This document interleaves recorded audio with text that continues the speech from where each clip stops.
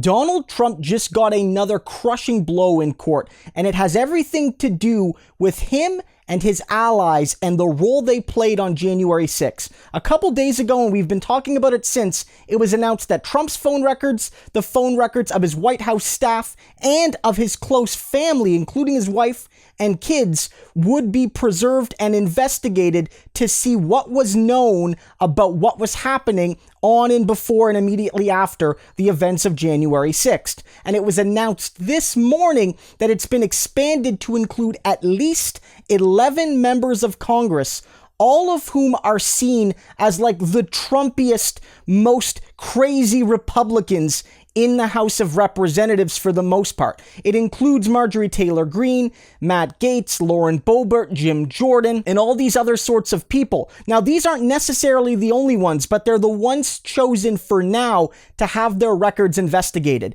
And this is a massive defeat for Donald Trump because it expands the scope of potential information that could incriminate him in court and simply politically, because all of these people were definitely in touch with Donald Trump on and before January 6th. In fact, Jim Jordan got caught lying, initially saying a few weeks ago that he only spoke to Donald Trump once on January 6th, and yesterday he announced that he spoke multiple times with Trump, likely knowing this was coming down the line, and if he didn't tell the truth, the phone records would have, showing multiple calls between Trump and Jim Jordan on that day. So let's be really clear about why this is bad for Trump. It's bad enough with the family and the direct staff at the White House, but all of these people were massive players in spreading the conspiracy. And a lot of these people are true believers in Trump's lie, meaning many of them likely supported what was happening at the Capitol.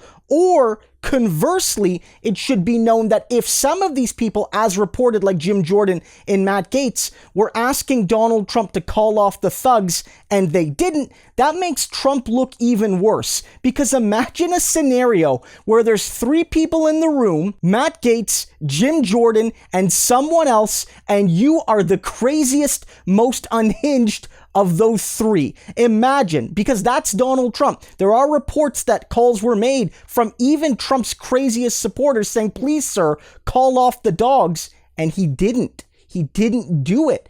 And so that makes Trump look bad either way. It's either evidence of its conspiratorial behavior or evidence that even the craziest Republicans are less crazy than him. And the reason I think this piece of information could be bigger than anything else goes back to those leaked memos from a few weeks ago, where Donald Trump at the DOJ was saying to them, call the election corrupt, and I and the Republican congressman, he wrote, our congressman will do the rest. That Donald Trump didn't expect the DOJ to actually overturn any results, but he wanted them to sow enough doubt to give him and his allies in the Republican caucus in Congress the ability to sow fear and doubt and uncertainty in the 2020 result.